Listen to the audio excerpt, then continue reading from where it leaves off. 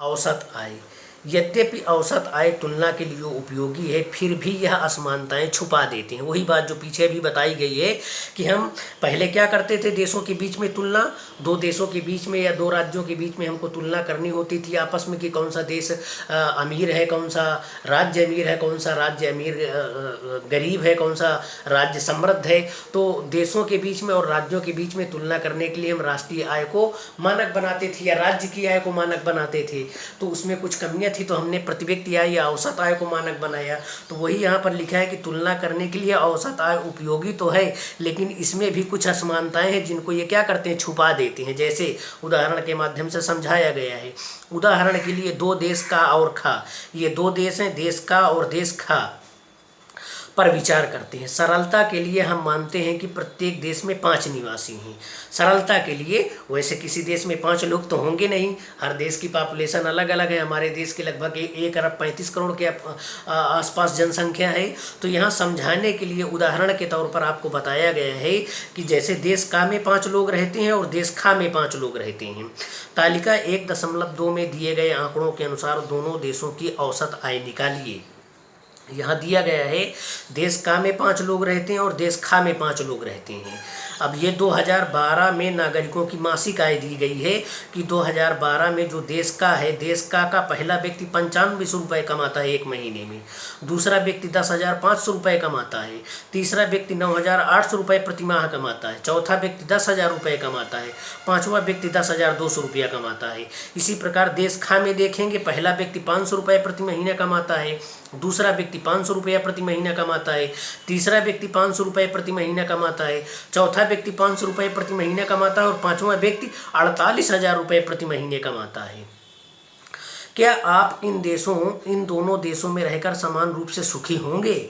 क्या दोनों देश बराबर विकसित हैं? बिल्कुल बराबर विकसित नहीं है। शायद हम में से कुछ लोग देश खा में रहना पसंद करेंगे, देश खा में रहना पसंद करेंगे अगर हमें यह आश्वासन हो कि हम उस देश के 5वें नागरिक होंगे। देश खा में रहना कब आप पसंद करेंगे? जब आप 5वें व्यक्ति के रूप में आएंगे, क्योंकि 5वें व्यक्ति की इनकम कितनी है? 48,000 रुपये। लेकिन अगर कह दिया जाए कि नहीं, पहले दूसरे तीसरे चौथे में रखा जाएगा आपको, तो शायद आप देश खा में रहना पसंद नहीं करेंगे, क्योंकि इनकी जो मासिक आय है बहुत कम है। तो आप कहाँ आ जाएंगे? देश का में, देश का के किसी भी श्रेणी में रहना पसंद करेंगे, 1 2 3 4 5 किसी में भी रहना पसंद करेंगे, क्योंकि इनकी जो आय के बीच का अंतर है बहुत कम है। जबकि यहाँ देखेंगे तो यहाँ जो है पहला दूसरा तीसरा चौथा व्यक्ति तो 500 रुपये प्रति महीना कमाता है, जबकि पांचवा व्यक्ति कितना कमाता है? 48,000 रुपये। तो आप किस में रहना पसंद करेंगे? 5वें व्यक्ति के रूप में देश खा में रहना पसंद करेंगे, जबकि देश का में किसी भी श्रेणी के व्यक्ति किसी भी श्रेणी में आप रहना पसंद करेंगे, क्योंकि 1 2 3 4 जो 5 व्यक्ति हैं, इनके बीच की जो आय का अंतर है बहुत कम है। खा में रहना पसंद करेंगे अगर हमें यह आश्वासन हो कि हम उस देश के 5वें नागरिक होंगे।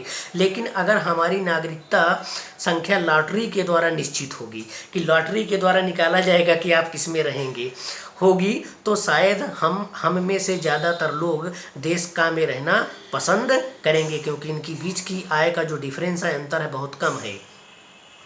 ऐसा इसलिए है क्योंकि यद्यपि दोनों देशों की औसत आय एक समान है, देश का के लोग ना तो बहुत अमीर हैं ना बहुत गरीब। देश का के लोग देखो, ना बहुत अमीर है ना बहुत गरीब है, मध्यम वर्ग के हैं, जबकि देश खा के ज़्यादातर नागरिक गरीब हैं। 1 2 3 4 गरीब है, पाँचवा क्या बहुत अमीर है और एक व्यक्ति बहुत अमीर है। इसलिए यद्यपि औसत आय तुलना के लिए उपयोगी है, लेकिन इससे यह पता नहीं चलता है कि आय लोगों में किस प्रकार वितरित है। तो तुलना करने के लिए औसत आय तो सही है कि हम इनकी औसत आय कैसे निकालेंगे, टोटल इसको जोड़ लेंगे और इसमें 5 का भाग दे देंगे तो देश का की औसत आय निकल आएगी, और इसको जो देश खा है, देश खा में 48,500 इनको जोड़ देंगे और इसमें 5 का भाग दे देंगे तो क्या निकल आएगा? औसत आय निकल आएगा। तो औसत आय निकालने का सूत्र होता है राष्ट्रीय आय बटे उस देश की कुल जनसंख्या। इस आधार पर हम औसत आय ज्ञात करते हैं। तो औसत आय के आधार पर हम तुलना करते हैं देशों की, कि उस देश की जो औसत आय होगी, प्रति व्यक्ति आय होगी, उसके आधार पर हम कह देते हैं कि वह देश अमीर है और कोई देश गरीब है। लेकिन यह उपयुक्त मानक नहीं है, क्योंकि इसके आधार पर हम प्रति व्यक्ति आय के का जो वितरण है उसका अनुमान नहीं लगा पाते हैं। जैसे यहाँ देखेंगे कि अगर टोटल इनकम निकालें, जैसे निकाल के देख लेते हैं। जैसे एक उदाहरण, ए और बी, दो देश हैं, एक ए है एक बी है। पहला, दूसरा, तीसरा, चौथा, पाँचवा। पहला व्यक्ति इसमें 1000 कमाता है, दूसरा 2000 कमाता है, तीसरा 2500 रुपये कमाता है, चौथा 500 रुपये कमाता है, पाँचवा 1500 रुपये कमाता है। अब टोटल जोड़ दे कितना आ जाएगा आपका, ये हो गया 5 5 10 5 15, 15 की 5 हासिल है 1 2 2 2 4 4 2 6 1 7, 7500 आया इसकी राष्ट्रीय आय टोटल। देश ए की राष्ट्रीय आय 7500, इसमें 5 का भाग दे देंगे, 5 कम 5 2 5 25, 1500 रुपये प्रति व्यक्ति आई। एक व्यक्ति के हिस्से में कितनी आई, 1500 रुपये। लेकिन दोनों में देखेंगे पाँचों में अंतर है। इसी प्रकार यहाँ देखते हैं, इसकी 500 रुपये, इसकी 500 रुपये, इसकी 500 रुपये प्रतिमाह इनकम, इसकी 500 और इसकी 4000।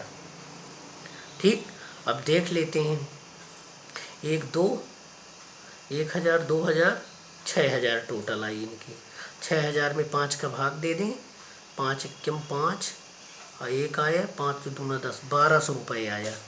इसकी कितनी इनकम आई, एक व्यक्ति के हिस्से में 1200 रुपये। इसकी औसत आय एक व्यक्ति के हिस्से में कितनी आई, 1500 रुपये। इनके आधार पर हम तुलना करते हैं तो 7500 और 6000, 7500 और 6000 के आधार पर हम कह देते हैं कि देश ए जो है समृद्ध है और देश बी जो है ये गरीब है, क्योंकि इसकी जो इनकम है टोटल इससे कम है। लेकिन इनके बीच में अगर देखें तो यहाँ 7500 6000 ज़्यादा अंतर नहीं दिखाई दे रहा है 7500 और 6000 में।